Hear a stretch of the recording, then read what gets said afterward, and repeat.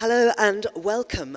We're so pleased that you can be here in the room with us, and also hello to everybody who's watching online. We're aware that there are a lot of people, including your husband. Yes. So a big shout out to him. Yes. Let's just start with defining exactly what we're talking about, because in the UK we would say the Himalayas. That's not right, is it? Well, I think everyone is entitled to their own pronunciation, but if you're being a perfectionist, I think you would say Himalaya, and a Himalaya without the S, because if you go back to the Sanskrit, it's Himalaya, which means home of snow or abode of snow, and there's no S at the end. And also, I think, as I was saying to you earlier, Georgina, somehow Himalaya without the S has a certain grandeur to it and conveys a certain elevation, in a sense, in that way. So I always use Himalaya without the S. Anuradha, do you? I think of it as layers and layers of Himas. For you, being in Himalaya was a choice. Yes. Why did you move there? It didn't happen in a very planned sort of way. We used to go there for holidays. We had friends there, we'd go and stay with them, and on one of these trips, for several of the trips, I didn't manage to see the snow peaks, which Ranikhet is, we have the best views in all of the Himalaya. And We'll get to that in a little bit. But sometimes it's covered by mist or cloud, or for whatever reason, I hadn't seen them for 3 or 4 trips. And then the day we first glimpsed these peaks, it was like a moment of complete astonishment to me, because I had sort of expected them somewhere here, but they were somewhere there. And they were sort of floating in the sky. But from where we were, we began to run down this slope to get a better view. And we found that we were sort of stepping through a whole lot of rubbish to this completely ruined cottage where we stood and looked at these peaks. And then we went into the cottage, and inside there was this dog which suddenly appeared, wagging his tail quite gently. And at that moment, we felt, Rukun, my husband, and I, that this is where we would live. And fortunately, this place was at the edge of an estate belonging to a friend of ours, Ravi Dayal, who was a famous publisher and a friend. And when we asked him, we were so fortunate that he said, yes, just repair it and use it. And you're still there 25 years later? Yes, yes. Amazing. Yeah. And for you, of course, it wasn't a choice. You were born there. Tell us about that. Yes, well, I was born in Missouri, and our snow views compare. No, Ranikhet, I think, takes the cake as far as the views go. They're much better. But growing up in Missouri, I was very fortunate to spend most of my childhood and young adult years in Missouri, and it's very much home for me. So when people ask me, are you from India or are you from the US, I always say, no, I'm from the Himalaya, and I'm from Missouri. And that is very much a part of my identity there. Missouri is so many different things for me. Probably the most important thing for me is the forests and the mountains that surround the town itself, which as a boy I was able to explore, wander through, and that is really my strongest associations. But the town too is vitally important to me, partly because I know so many people in the town. And Missouri is a summer resort, and we used to always joke that during the winter everybody knows you. But during the summer season, when the tourists are there, all of your friends are too busy making money off the tourists, so they don't recognize you. And but I still, every time I go to Missouri, I'll walk through town simply because it's the easiest way to meet old friends and sort of reconnect with people that I knew from childhood. And of course, you talk a lot about friends and neighbours, because it seems to me that this is a place where every kind of echelon of society is mixing. You're living next door to people who clean for a living or do various different things. Just tell me about that element. What Steve just said about there being an absolute difference in the population between what is considered season, it's called season time. So season time is in October and in summer.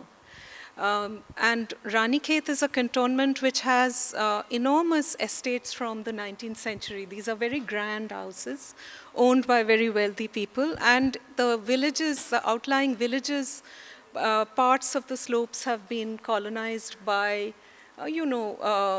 second home type situations. People have their second homes. So on the whole, throughout the winter, throughout the monsoon, which are the harsh months, all of the owners of these houses stay away from the place. So our only neighbors are really the people who live off the land or from their cows and goats, and who do small jobs like driving taxis or working in a local shop. And most of them are not readers or fluent speakers of English, though their children are now becoming much, much more, urbanized and quite successful in competing on the worldwide kind of stage. But on the whole, we live in a very, very different sort of milieu to this one, for example. And which town is better? There's no question, Mussoorie. Oh, come Mussoorie. on. Well, do you want me to list the virtues of Mussoorie? No, but the one thing I was going to pick up on what you were talking about is, and I wonder if it's been your experience, living in a town that is a summer resort. I live there and I work there. I have my work scheduled and all of that. But everyone that comes up from Delhi and elsewhere is there on holiday. Yes. So one of the things that drives me completely crazy is that they will drop by at 10:30 in the morning, right when I'm at my desk working, and cannot understand why I'm grumpy and unwilling to sort of sit and chat. And I think that that's one of the things, those of us that actually live in the town for extended periods of time and really make it our home and our workplace, are very jealous of that space. And of course, we love to see our friends who come up from Delhi and elsewhere, but let's have a drink in the evening together. Don't come in at 10:30 in the morning. I don't know whether you face the it's same. Absolutely. People ask me, is it wonderful to write in the hills? Is it very peaceful? But precisely what you're saying, everyone thinks you're continuously on holiday. And also, if it's a small place, there's no escape. They just have to walk in to see that the car is there, they must be home, and they don't feel the need to check. So it's really a mixed blessing to be. I think that a lot of your friends will be watching this, and your visits are going to drop off. We've said this on purpose, absolutely. But Anuradha has now revealed where she lives. You see, she kept it secret for a very long time. But now this book has sort of opened the door. It's blown my cover. So yeah, lots of visitors coming your way. And one of the things they were coming to see is your garden. You've worked so hard at creating this garden. It was an enormous challenge, wasn't it? Well, it's not a big garden. One of my main worries is that now someone might come and say, show me this garden. And in the last few weeks, one of the dogs who's joined us, who's a puppy, has dug up every plant I ever planted. And that has always been the challenge in my garden, because it was a kind of huge rubbish dump when we found the house.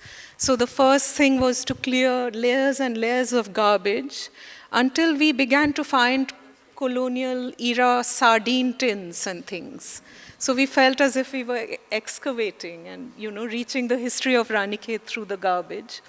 And then I began to plant things, but I had only lived in the plains. I had only had a tiny veranda. So this brought a huge number of, my ignorance was my main challenge.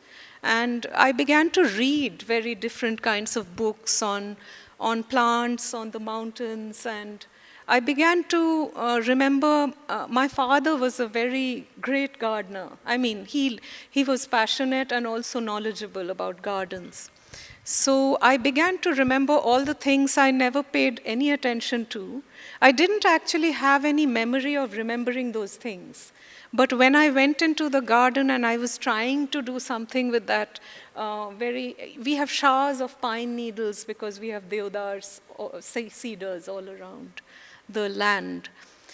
Then so long after my father's death, the garden was really a way in which he came back to me in the things I planted. And you talk about sort of various local people who kind of look at you and go, oh, that'll never grow, and the problem that you have. And I love the way you connect with various friends by taking cuttings from their gardens. And it seems to me you've grown the way you describe it, it feels like you've made this oasis of people that you love, of things that you love. Just a couple of days ago, I was reading a long essay by Emma Freud. And Emma Freud is the cousin of Esther Freud, who's here at this festival. And she describes how after a dinner party, somebody gave her a begonia cutting and told her who he had got that cutting from, and explained that cuttings that you get from a plant are genetically identical to that plant. And then she traces this cutting back through all the people who had given a cutting to create the next cutting, right back to Freud himself, the great Freud. And she explains how, when she was a child and growing up, her father, for some reason, hadn't told her that she was a great-granddaughter of Sigmund Freud. And when she came back from school one day saying, the teacher said, Freud is your great-grandfather, what did he do? The father said he invented the flush toilet. That's extraordinary. Yeah. Stephen, there's a lot of botany in your work too. You tell us a lot about plants, and in really quite an informative and quite scientific way. About the about plants, yes, and the vegetation of the Himalaya. Well, yeah, I think in a place like Mussoorie or in Ranikhet, you cannot avoid the plants. I mean, and particularly during the monsoon, when there's just a profusion of foliage. Ferns, mosses, all of those sorts of things. So it's very much a part of my connection to Mussoorie, is having grown up as a schoolboy identifying certain plants, certain birds as well, and certain insects too. But that idea that somehow we physically collected those plants, in the sense we would take the ferns, press them, and put them in albums and things like that. But also collecting them just in terms of their names. And there are certain names, I remember the first flower that I identified, a Dicliptra, which was blooming in our garden. It's a wild plant, but it was blooming just 3 days ago when I was in Mussoorie. Can you do Latin names? Dicliptra is the first. Dicliptra blupteroides or something like that. But it's something that sticks with me in that way. And these are all wild species. But of course, the garden species, I think, there's a fascinating story behind many of those, because in many cases, plant hunters from Britain came to the Himalaya, found these species, took them back, and horticulturalists hybridized some of them. They whether it's the irises, rhododendrons, all of these species. Yeah. And then we all smuggle them back in and plant them in our gardens. And one of the plants that my wife is the gardener in the family. I enjoy gardening, but I'm banished from the garden. I'm not allowed to weed anything out because I'll pull the wrong plant up. But she has tried unsuccessfully for, 10, 15 years to grow the blue poppy, which is the sort of iconic Himalayan plant. And it grows at a higher altitude than us, though it should germinate. And she puts the seeds in the freezer for a week or two and then plants them, and it hasn't taken.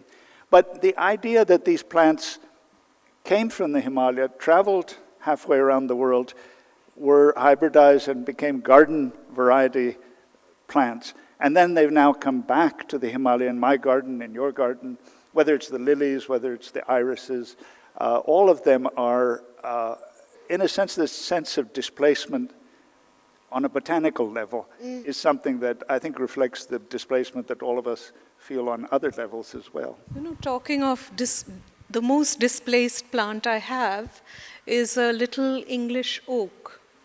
And my publisher in Britain, Christopher MacLehose, gave me an acorn. It came in a kind of set.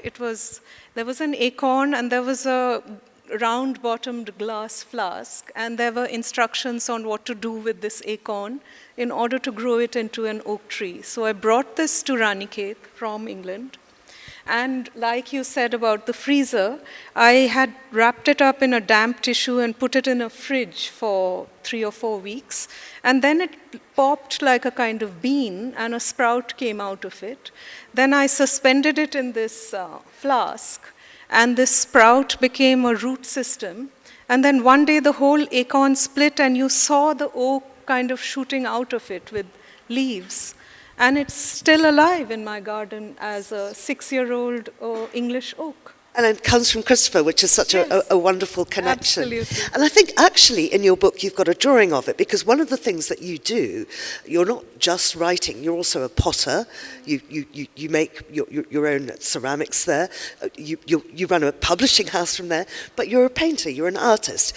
And this book has some wonderful drawings. In fact, I think have we got some on a screen? I'm not sure. Yeah, I did send some drawings which could be shown on a PowerPoint. Excuse me? I don't think there is a screen behind us, however, so I can't quite see. I had sent a PowerPoint with the paintings. Is it possible to show them?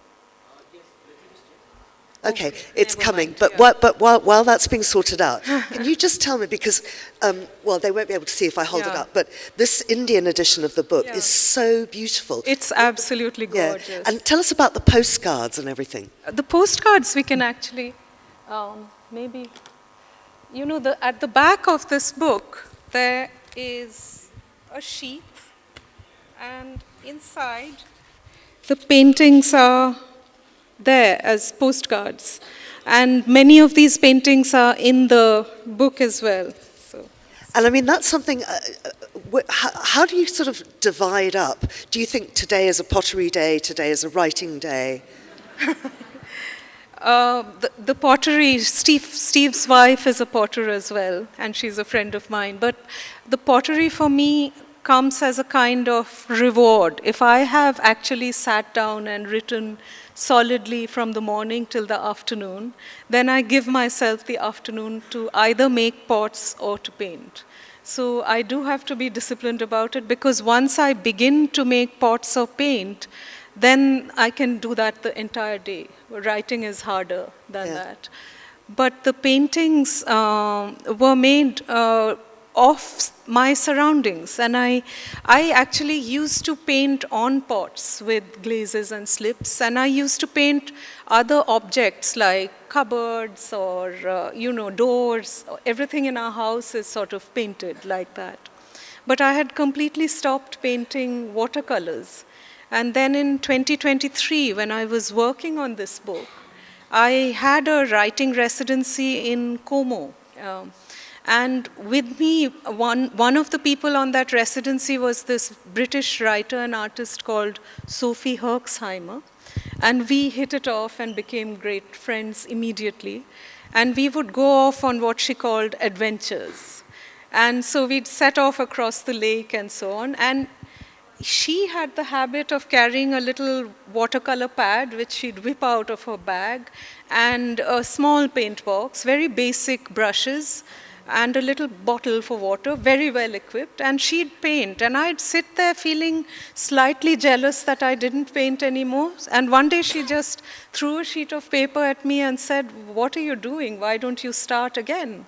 And I did. And then I just kept going, and these paintings got made all after 2023, because I found that then I couldn't stop once I had begun.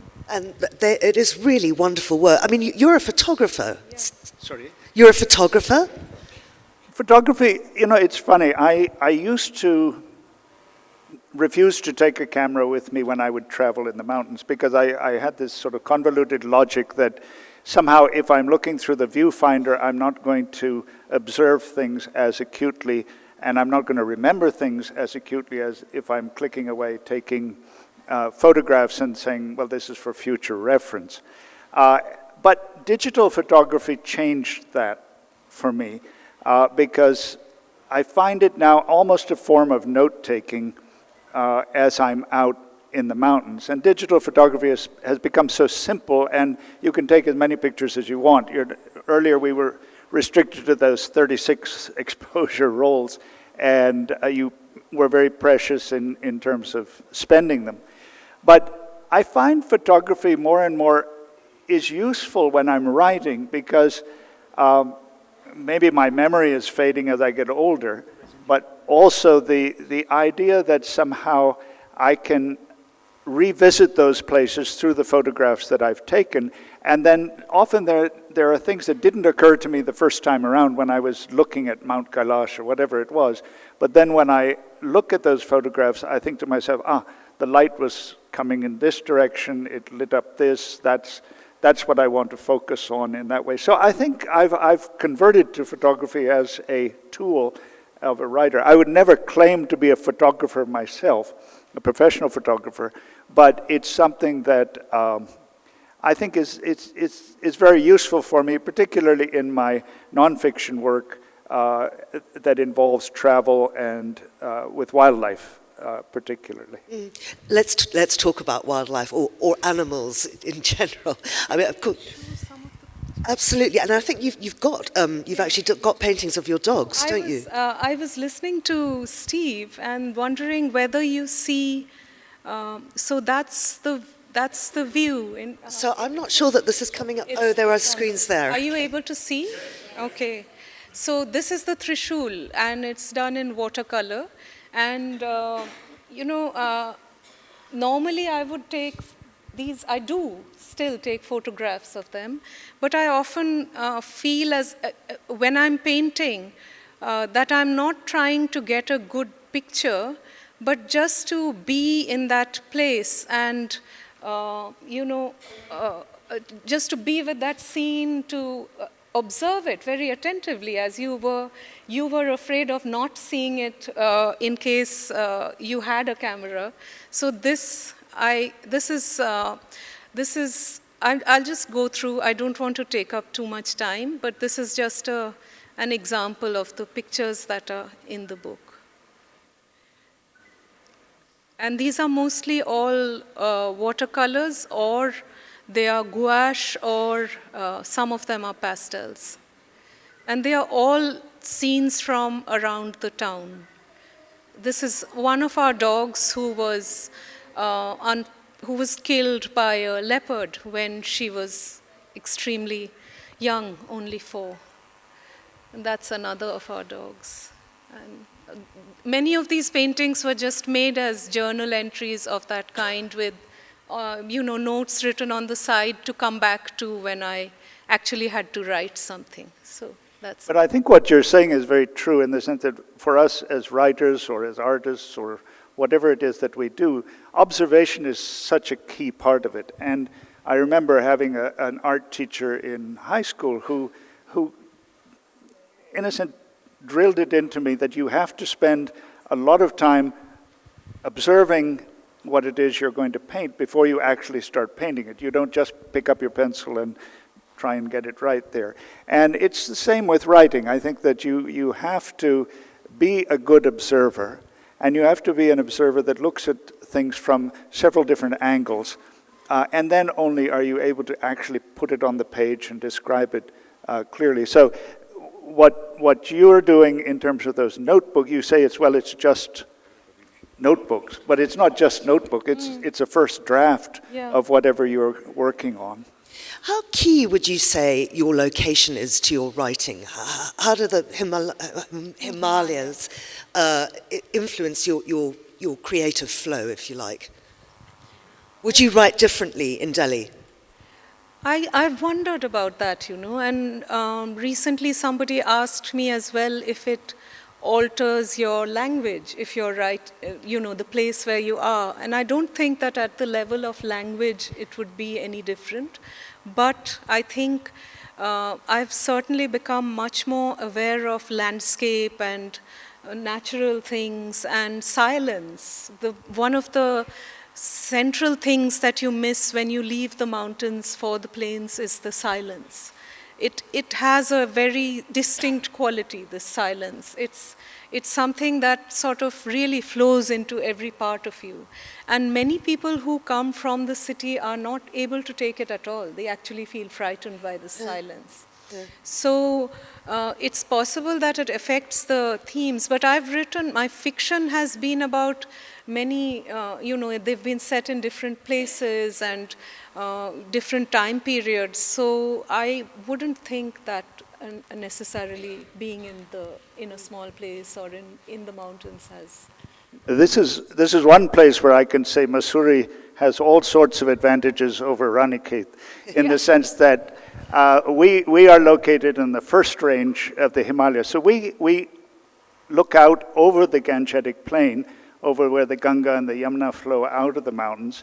And then we can also turn around and look to the north and see the Garhwal Himalayas to our north. And I always say that somehow that has affected my perspective, in the sense that I'm able to focus on the rest of India, the rest of the Gangetic Plain, certainly, that I'm looking out on, and my perspective goes in that direction. And then I can look inward or northward into these mountains, which are so very different. So you have this double perspective that's there of the high elevations as well as the plains. And I like to think, maybe I'm just making it up, but I like to think somehow that dual perspective has affected my writing in many ways, because I often find that I locate myself at that point where the mountains are on one side and the plains are to the other. Well, that's very interesting, yeah. One point that you both make in your books is that you have started noticing quite seriously signs of environmental degradation. You travel around so much and write about it in the area. What are you seeing? What's causing it? What can be done? Again, sorry. It's about environmental... The environment. Climate change. Yeah. Well, I think everything is changing. And one of the things I often say in my writing is that we look at the mountains as eternal, immutable, ineffable, whatever adjectives we want to attach to them. And this idea that somehow they have divine associations because they're there forever. They were there before human beings and they'll continue after that, which is true. But they're constantly changing, and it's a dynamic environment. Something like climate change, it's very real, is accelerating that change. So the glaciers are melting faster. The erosion that takes place during the monsoon and the flash floods are more severe. All of that is definitely happening. But I've written about this recently in the papers, that we've got a tendency now to blame everything on climate change. And it's an easy out, because most of the disasters that have happened in the Himalaya are man-made disasters. People have built their houses in the path of a stream because they're desperate for level ground. The rest houses, yoga retreats, Maggie points that have been built for pilgrims are all often in a very vulnerable, right at the banks of the Ganga. And so when there's a flood, it washes out. So it's all changing. Everything is moving in the mountains. But the human beings have, in a sense, through unplanned development, through unwise decisions in terms of how to use those landscapes, are creating disasters for themselves in that way. That's the way I tend to look at it. The mountains are there. The mountains aren't... We say a mountain is treacherous. The mountain isn't treacherous. We make it treacherous in that way. I remember particularly...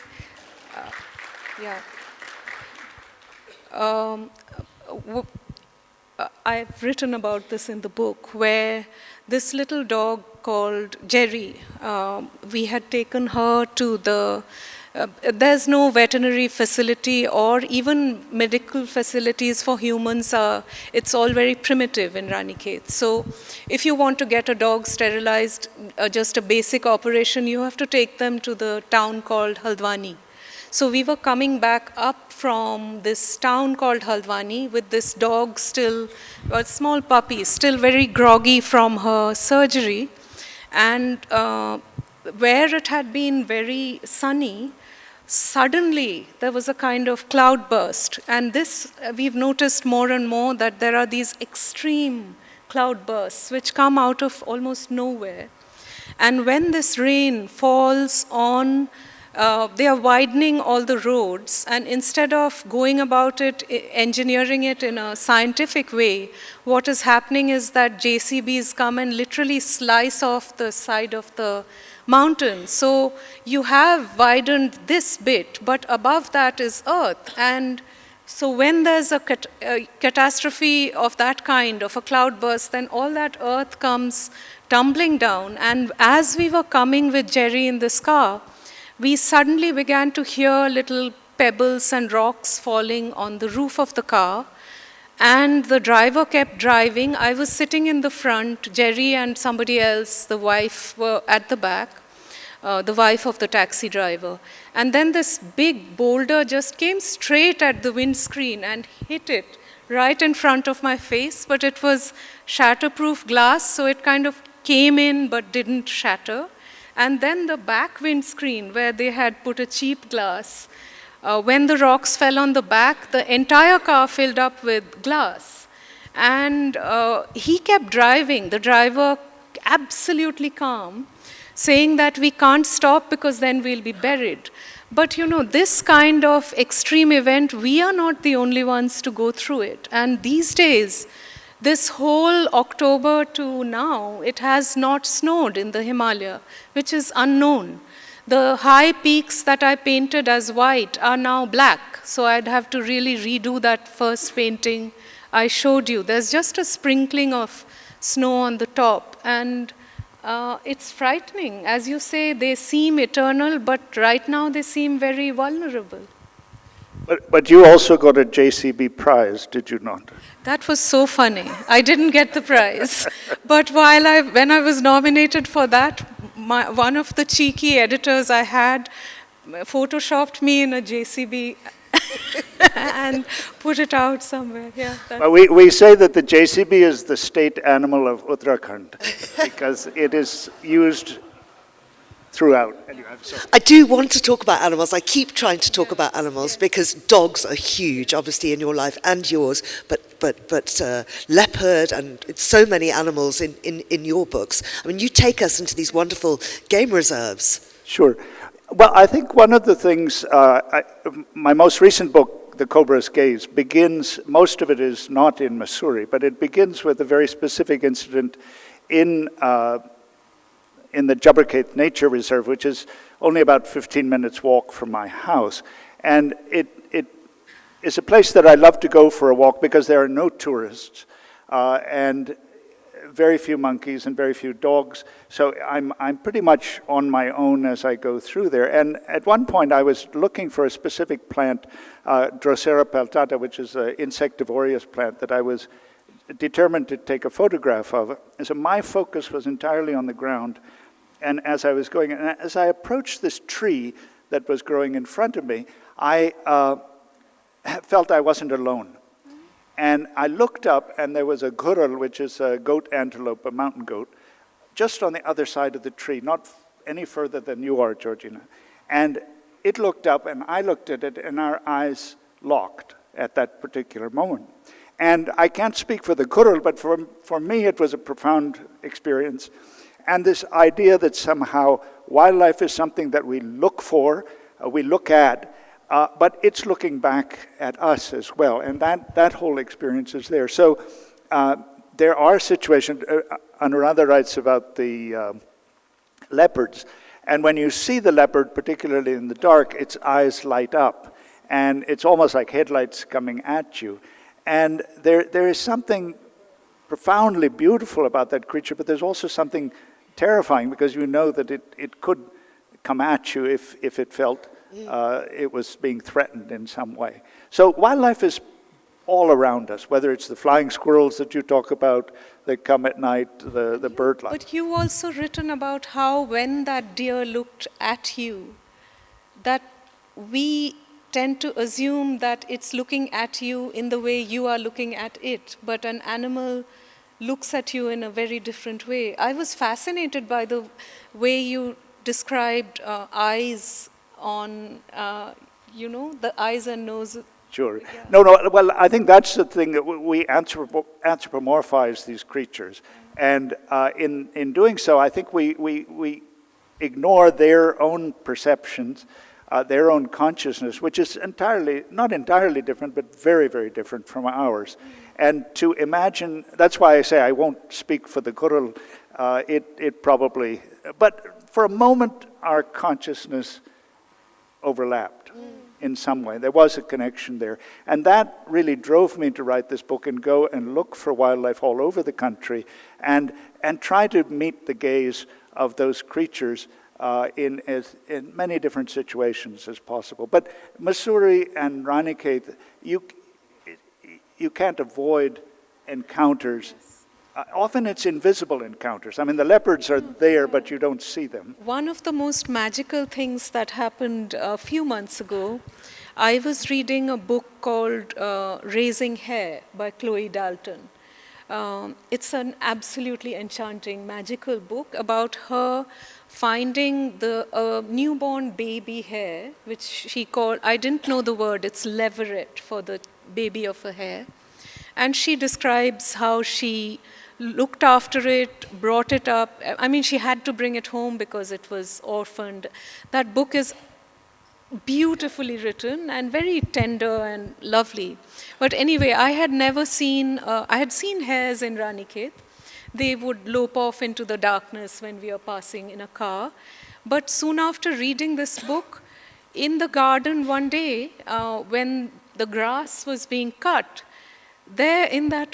for the first time, after reading this book, there was this leveret in the grass, as if it had walked out of the pages of her book into the grass of Ranikhet, and it was exactly as she described it, sort of absolutely immobile. We couldn't tell if it was alive or dead.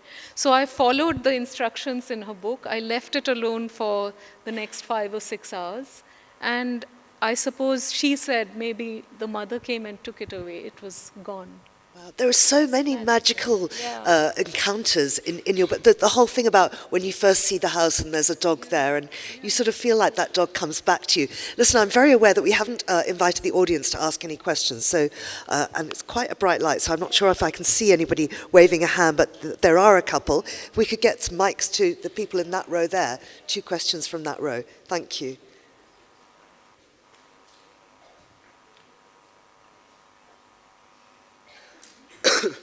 And then we have to talk about your shop fantasy, okay?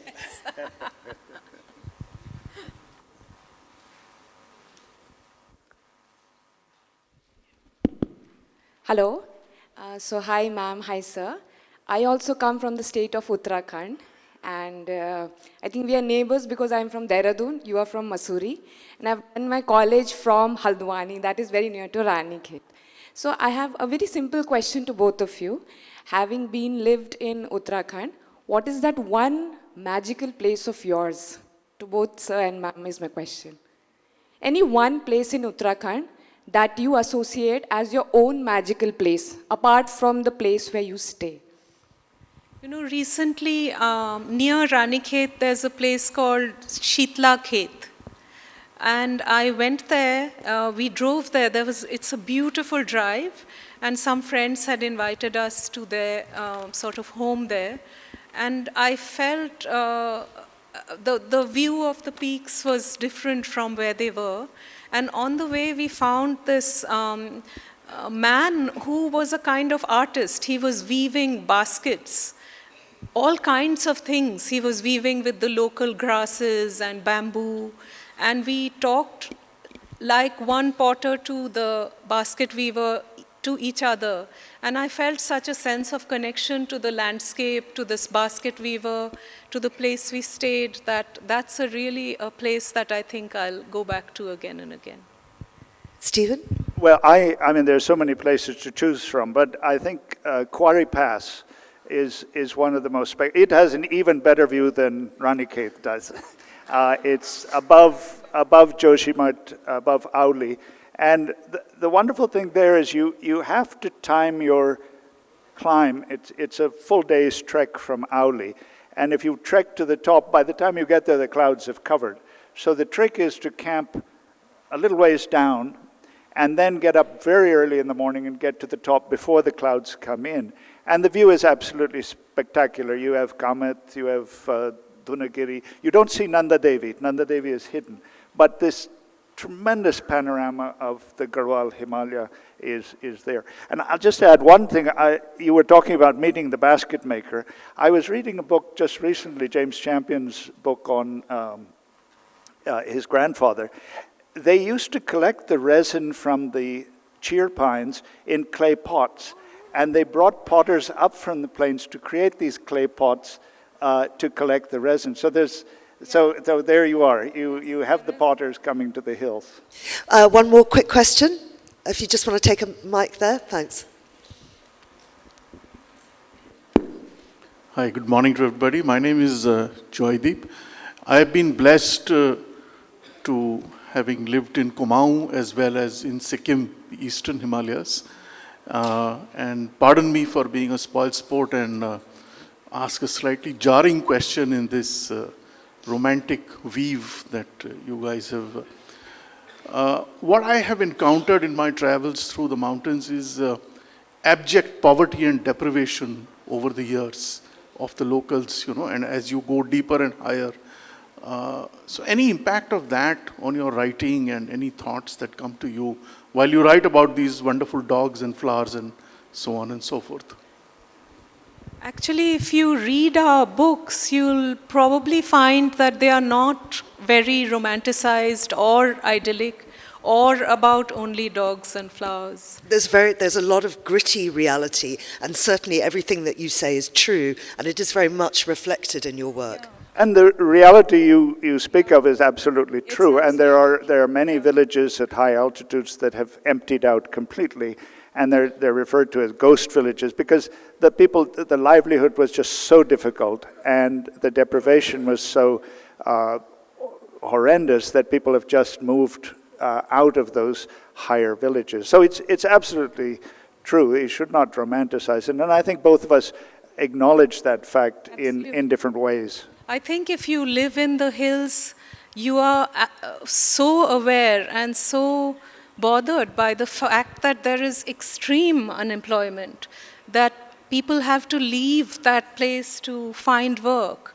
which really leaves these houses with just the old people in them, where all the young have had to migrate to the plains to work even if they don't want to, because there are very few ways to earn a livelihood there. We've only got a couple of minutes left, so you've got to tell us about your shop. Yeah, well, both of us share a fantasy, which is to own a shop. And Anuradha writes about it in her book, and it struck me when I read that. I thought to myself, that's exactly what I feel, is somehow to own a shop in Mussoorie where I could go for a few hours a day and just sit there and watch the world go by. And maybe I'll sell something, maybe I won't. But to be able to be a dukandar for those 2 hours would be wonderful. The shops in the place I live in, Ranikhet, they are on the western side. They don't have the snow views, but they have the sunshine. And when it's very cold and you pass there, there are all these shopkeepers who have left their shops and are sitting on the parapet opposite with no regard for earning money or selling what they have to sell, but just to soak in the sun and talk to each other and idle. And I have this. Every time I finish a book, I feel as if I need to have a shop there where I can go and sit for a while every day. Well, and I have the fantasy that I'll own the smallest bookstore in the world, which is an old pawn shop, which is about half the size of this table. And I'll stock Anuradha's books and my books and maybe 2 or 3 others. Well, I would stock Amita's pots and my pots and the knitting of friends. And 50-50. We'll share. Yeah. And what would you call your shop? Anuradha and dogs, we thought we'd call it. Fantastic. Stephen, Anuradha, thank you so much. Now you're going to be signing your books, are you? Excellent. Yes. And you've seen the pictures. It's such a beautiful book. Your book too, full of great photographs. Thank you both so much. Thank you, Georgina. Thank you, Thank you all for coming.